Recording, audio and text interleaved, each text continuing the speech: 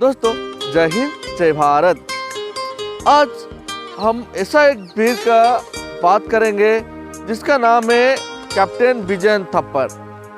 दोस्तों, जिस समय हम लोग हताश हो जाते हैं और जिस समय हमारा जीवन के प्रति हमारा आगे कुछ करने का, कुछ बढ़ने का हमारा सोच नहीं आता है, तो उस टाइम हम कैप्टन बिजन थप्पड़ के बारे में हमको याद करना बहुत ज़रूरी है।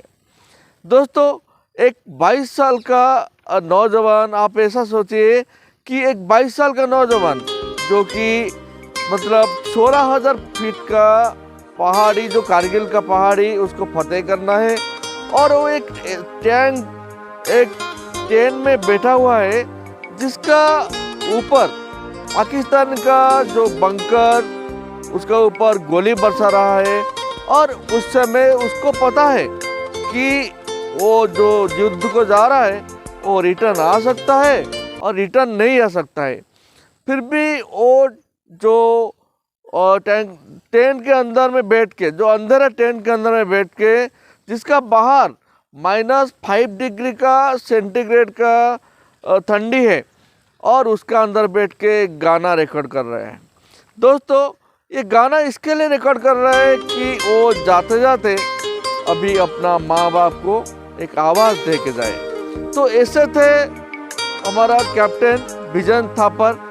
तो उनका जो छोटे उम्र से ही वो आगे अपना जो लक्ष्य, मतलब आगे जाके क्या करेंगे, वो सोच लिए थे। उनको छोटे उम्र से ही हर एक चीज़ के बारे में, जैसे कि कोई सॉन्ग कंपटीशन होने दीजिए, कोई डांस कंपटीशन होने दीजिए और कोई डिबेट होने दीजिए, उसका स्कूल में वो आगे थे और पढ़ाई में भी आगे थे। दोस्तों, मैं ये आपको बता दूं कि बिजन थप्पड़ जब उनका जो तीन पीढ़ी आर्मी में थे और वो सैन्य में काम किए थे, वो भी अपना भविष्य को सैन्य में जाने के लिए सोच लिए थे। और उसके ही वजह से जब 1998 दिसंबर में उनका पापा का जब रिटायरमेंट हुआ, और रिटायरमेंट जब हुआ उसका 1 महीने पहले ही बिजन थप्पड़ ने कमीशनिंग में पोस्ट में ज्वाइन कर लिए थे। आर्मी में कमीशनिंग हुए और उनको कमीशनिंग होने के बाद उनको जम्मू कश्मीर का कुपवाड़ा डिस्ट्रिक्ट में भेज दिया गया, जहां आतंक सर उठा रहा था। तो उनका नेतृत्व में उधर वो जाने के बाद उनका जीवन में एक नया परिवर्तन हुआ। और उधर जो कुपवाड़ा में उनका टेंट लगा हुआ था, वो एक स्कूल का पास टेंट लगा हुआ था। उस स्कूल में एक छोटी लड़की पढ़ाई कर रही थी, जो उसका नाम रुखसाना नाम का एक लड़की उधर पढ़ाई कर रही थी। और वो अक्सर उसके पास जाते थे क्योंकि वो लड़की का जो फादर थे, जो पापा थे, उनको आतंकवादी ने मार दिए थे और उसके वजह से उसका आवाज़ भी चला गया था। तो छोटी लड़की कभी भी वो जो हमारा बिजन थप्पड़ उनके पास जाते थे और जाके उसको ऐसा गौर से देखते थे और उसको ये उसको बोलना चाहते थे कि तुम मुंह खोलो। तो इतना छोटी लड़की मुंह नहीं खोलता था और वो ऐसा उसके पास उनका अफेक्शन बढ़ गया। तो छोटी बच्ची एक दिन अपना जो बात करना भूल गया था, वो बात करना स्टार्ट कर दिया। तो ऐसे थे हमारा बिजन थप्पड़। और उसके बाद उनको कारगिल का युद्ध छिड़ गया और कारगिल का जब युद्ध छिड़ गया उस टाइम में उनको कारगिल को भेज दिया गया अपना जो काम फतेह करने के लिए। दोस्तों, बिजन थप्पड़ तो शहीद हो गए कारगिल में, मगर उनके बारे में हम कुछ ऐसा जानते थे कि वो उनका एक अच्छा गुड हैबिट था, जो कि वो डायरी में अपना हर काम वो लिख के रखते थे। तो हम जो डायरी नोटिंग उनका देखेंगे तो हमको ये पता चलेगा कि वो डायरी नोटिंग में क्या क्या लिख के रखे थे। और उनका ये मकसद था कि डायरी नोटिंग में जो लिख के रखे हैं वो 100% अपना जीवन में वो लागू करेंगे और एक नियम बना के रखे थे। दोस्तों, मैं आपको क्यों ऐसा बोल रहा हूँ कि उनके डायरी में ये लिखे थे कुछ पॉइंट मैं आपको बता रहा हूँ। पहला पॉइंट उनका ये था कि मैं मेरा जीवन में कभी मांस, मछली, अंडा का सेवन, मदिरा का सेवन नहीं करूँगा। और उनका सेकंड पॉइंट ये था कि मेरा जो आँख है, मेरा आँख मरने से पहले मैं किसी को दान कर दूंगा। उनका जो थर्ड पॉइंट ये था कि मेरा आँख के सामने मैं कभी नीचे नहीं गिरूंगा।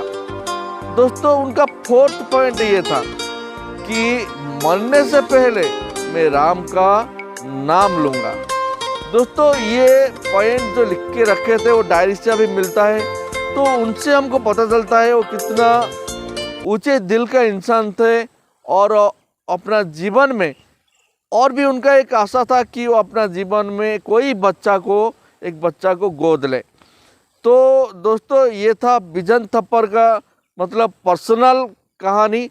हम अभी अब बात करेंगे उनका जो युद्ध क्षेत्र में वो कैसे शहीद। दोस्तों जब बिजन थप्पड़ को ये उनका ऊपर रिस्पॉन्सिबिलिटी दिया गया कि कारगिल का जो घाटी में टोलोलिंग घाटी है उसके ऊपर कब्जा जमाना, तो उस टाइम में उनका जो कमांडर रविंद्रनाथ और कंपनी कमांडर बी आचार्य के साथ में वो टोलोलिंग को हमला करने के लिए उनका शुरुआत किए।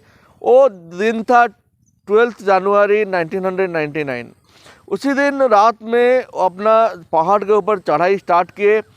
और जब वो चढ़ाई के अंदर में उनको बहुत मुश्किल का सामना करना पड़ा, क्योंकि पहाड़ी इतना ऊंची थी। 16,000 फीट का जो पहाड़ी था वो पहाड़ी चढ़ने के लिए इतना आसानी नहीं था। उसमें इतना ठंडी था, बर्फीला हवा चल रहा था और पहाड़ी इतना तीखे था कि ऊपर से चढ़ना पड़ता था।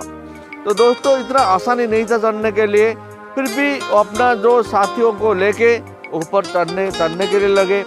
और उस दिन जो वो रात में जो चढ़ाई किए वो पूनम का रात था, जो कि मतलब जो हमारा चांदनी चारों तरफ बिखरा हुआ था।